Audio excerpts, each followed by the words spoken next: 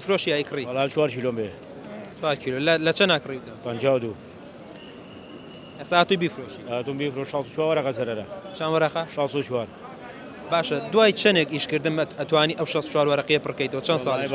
با 2 سال بڕوا لاگم دەریبینی تو یعنی ڕەنجی 2 ساڵت بە ڕۆژێک بەبایە ئەخی و بە داماوی خۆم خستم ئیشۆکە ئیشی من نەبوو ئیشی من نەبوو چاولێکەری بوو وێ وام لێ ئێستا پەشیمان هەر زۆریش هەتا ماوم جارێکە نامەوە بێرا بەس بچێتەوە مای خۆی ئێستا ینی لە بچێتە 37 وانەی فرۆشی وەڵا نەوەڵا لە سیحادا زۆر سەرەکە باخواش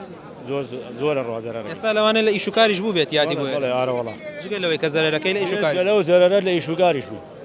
ئارەوەڵا چاڕینەوەی لە بەشم شتێز سەرکەوێت دانی چیە بێ چی ناکە تا ئێستا سعرنیەمی ناخۆیەمانە ئارەوەڵا سعر لێرە دەرەچێت بەڵێ